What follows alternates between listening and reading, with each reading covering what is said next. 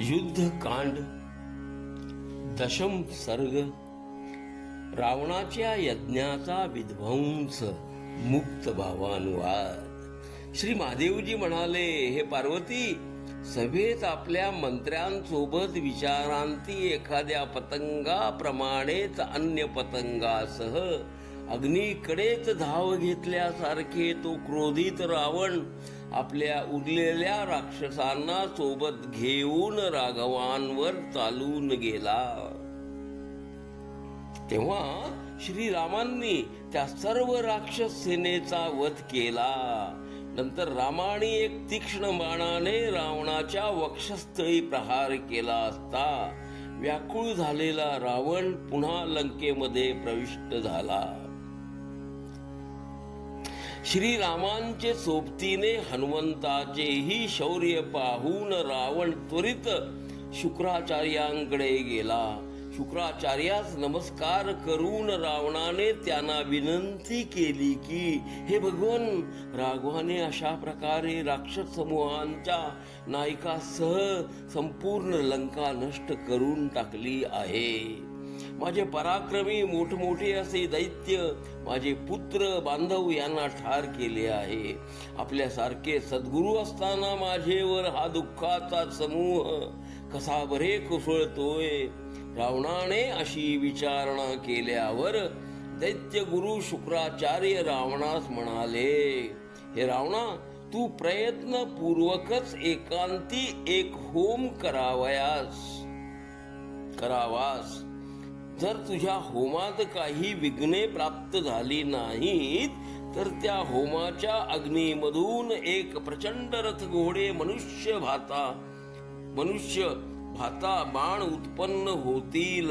त्यांनी तू युक्त झाल्यास तू अजिंक्यच होशील। मी देतोय तो मंत्र धारण कर। आता तू जावेस, त्वरित होम करावास। शुक्राचार्यांनी असे सांगितल्यावर राक्षसराज रावण तेथून त्वरित निघाला।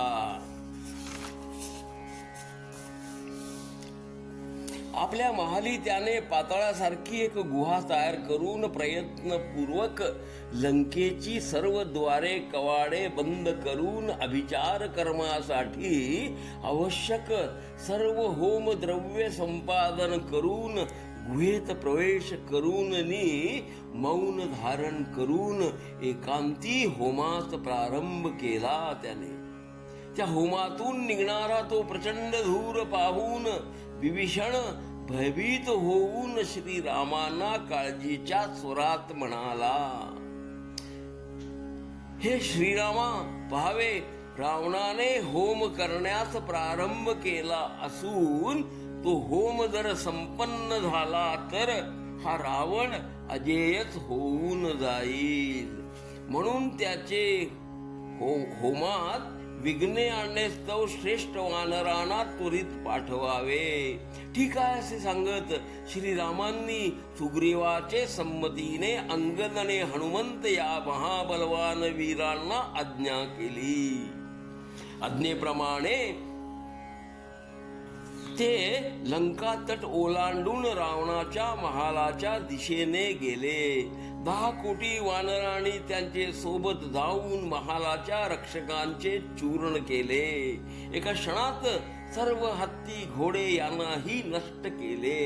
त्यानंतर प्रातःकाल होतात विभीषणाच्या सुरमा नामक भार्येने खुणेने होमाचे स्थान वानर सैन्यास दाखवले।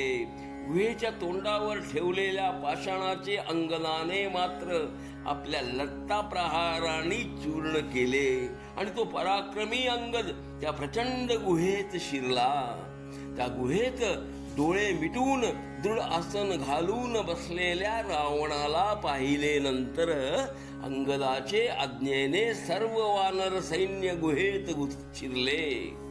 गुहेत उपस्थित सेवकांना बडवून वानरांनी कोलाहल केला आणि होम सामग्रीचा नाश करून होमातच फेकून दिली। रागावलेल्या वानरागणी हनुमंताने बळजबरीने रावणाचे हातामधून स्त्रुषा हिसकावून घेऊन त्याने तो रावणास मारू लागला। सर्व बाजूनी वानर आपल्या दातांनी त्यास चावू लागले, लाकडाने त्यास मारू देऊ लागले. मात्र शत्रूवर विजय मिळवण्याच्या इच्छेमुळे असा मार बसूनही रावणाने आपले ध्यान काही विसर्जित केले नाही. इकडे अंगद वेगाने रावणाच्या अंतःपुरात शिरला आणि शुभ लक्षणी मंदोदरीची वेणी पकडून तो तिला त्या गुहेत घेऊन आला.